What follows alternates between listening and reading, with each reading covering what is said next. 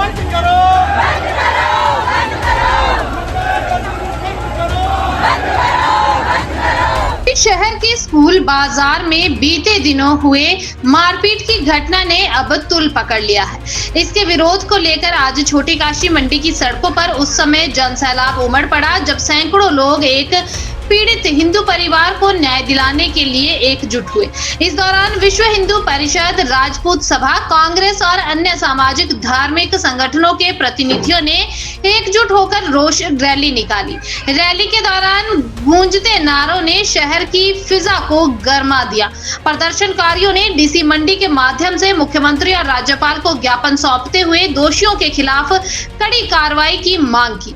पीड़ित परिवार के मुखिया भगत राम चौहान ने कहा कि घटना की रात वे अपने परिवार के साथ डिनर के बाद घर लौट रहे थे। रास्ते में बाजार में ते समय दो मुस्लिम समुदाय की महिलाओं ने उन पर हमला कर दिया। इसके बाद 25 से 30 लोगों की भीड़ ने उन पर हमला किया, जिसमें वे, उनकी पत्नी और बेटा गंभीर रूप से घायल हो गए। उन्होंने यह भी आरोप लगाया कि पुलिस ने उल्टा उनके खिलाफ भी एफआईआर दर्ज कर दी, जो अन्यायपूर्ण है। उन्होंने मांग की कि उनके खिलाफ की गई एफआईआर को तुरंत रद्द किया जाए। मैं और मेरा परिवार डिनर करके घर जा रहे थे तो हमारे स्कूल बाजार में एक विशेष समुदाय के लोगों ने हमला कर दिया और जिसके संबंध में आज हम जिलाधीश महोदय के पास आए थे, राज्यपाल जी को और मुख्यमंत्री जी को ज्ञापन देने आए थे।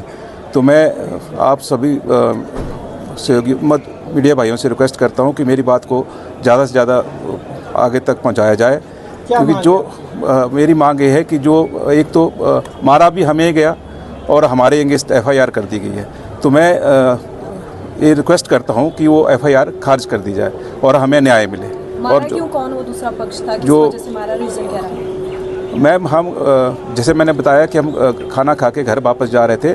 सिर्फ पानी का नालू है स्कूल बाज़ार में, वहाँ हमें सिर्फ पानी लेना था, एक बोतल पानी लेना था। वहाँ बहुत सारे दो मुस्लिम महिलाएं बैठी हुई थी जो बड़े बड़े बर्तन लेकर बैठी हुई थी और हमने सिर्फ पानी भरने के लिए रिक्वेस्ट की और उसी बात पर उन्होंने हमारे को गाली गलौच देना शुरू कर दिया और अपने लोगों को फ़ोन करके बुला लिया और within no time 5-7 minute में ही वो 25-30 लोग इकट्ठे हो गए और जिन्होंने हमें बुरी तरह तीनों को मारा।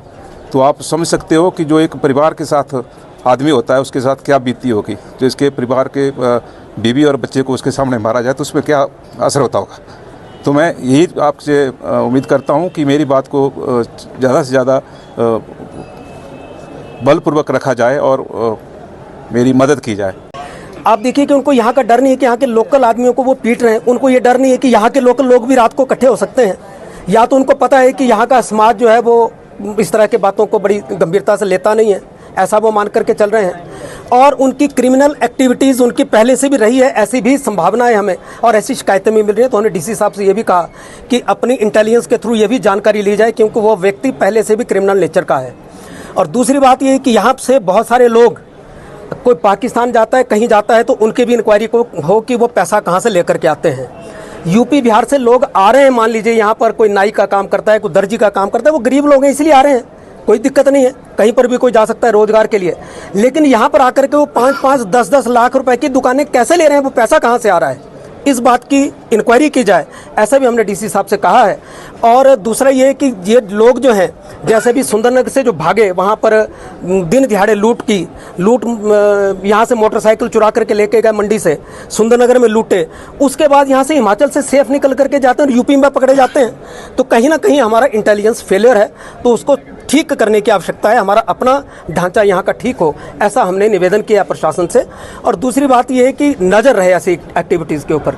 कोई भी आ सकता है, कोई दिक्कत नहीं है, लेकिन वो जो उनकी पहचान है, उनको कहीं पर मकान मालिकों से भी हमारा निवेदन है जो किराए पर दे रहे हैं कि उसकी आइडेंटिफिकेशन करें, पूरी वेरिफिकेशन करें वो कौन है। नहीं तो कल को वो भी शिकार होने वाले हैं और हो रहे हैं, स्थान पर हो रहे हैं। मकान मालिकों को भी उसका खमियाजा भुगतना पड़ रहा है। तो यह भी हमने सारा आग्रह किया और प्रशासन को भी कहा कि जो मकान मालिक बिना आइडेंटिफिकेशन के, बिना वेरिफिकेशन के मकान देता है, उसके खिलाफ भी कार्रवाई होनी चाहिए। उज्जवल हिमाचल के लिए मंडी से उमेश भारद्वाज की report. This news is brought you by Rainbow International School, Nagrota, Bagwa. क्या आप भी अपने बच्चों के उज्जवल भविष्य के लिए एक बेहतरीन स्कूल की तलाश में हैं?